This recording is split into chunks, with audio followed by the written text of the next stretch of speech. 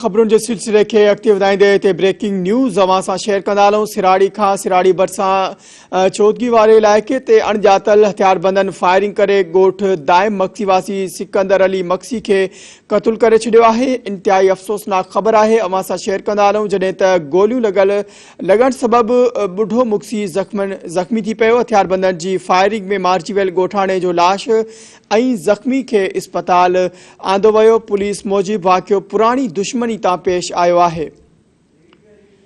अफ़सोसनाक ख़बर बाबत तव्हांखे अपडेट कंदा हलूं। सराड़ी ڀرسان चौदगी वारे इलाइक़े ते रोड ते ॿुधायो वञे पियो त अणॼातल हथियारबंदन फायरिंग करे ॻोठ दाइम मक्सी जो रहवासी ॿुधायो वञे पियो सिकंदर अली मक्सी खे क़तल करे छॾियो आहे। जॾहिं त गोलियूं लॻण सबबि ॿुढो मक्सी ज़ख़्मी थी पियो। हथियारबंदन जी फायरिंग में मारिजी वियल ॻोठाणे जो लाश ऐं ज़ख़्मी खे अस्पताल आंदो वियो।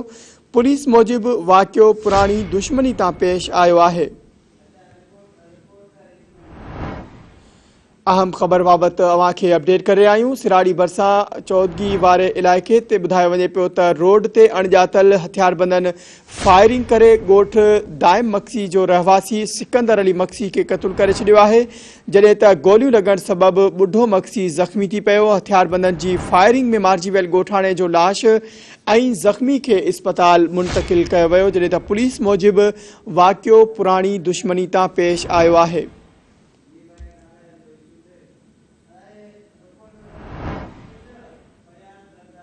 तफ़सील मालूम कंदासीं। फयाज़ हुसैन زرداري असां सां टेलीफोन लाइन ते मौजूद आहे।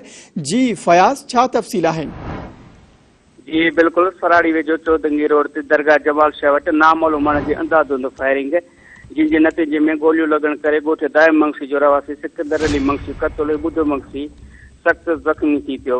वाक़े बाद सराड़ी पुलिस पहुची मक़तूल जो लाश ज़ख़्मी खे सराड़ी अस्पताल आंदो, जितां गणती जोगी हालत में ॿुढो मंगसी खे शदादपुर अस्पताल मुंतक़िल कयो वियो आहे। वाक़े बाद मक़तूल जा वारिस ऐं ॿिया ॻोठाणा वॾे तादाद में सराड़ी अस्पताल पहुता। जॾहिं त सराड़ी पुलिस जवाबदारनि जी गिरफ़्तारी लाइ वधीक पुलिस नफ़री घुराए वरिती आहे, पर आख़िरी इतला ते अञा ताईं का बि गिरफ़्तारी अमल में न आई आहे। इलाइक़ो ख़ौफ़ हिरास जी अलामत पियल आहे। जॾहिं त वाक़े जो करणु पुरानी दुश्मनी ॿुधायो पियो वञे। जी फयाज़ अली زرداري अपडेट करण लाइ अवां जी वॾी महिरबानी।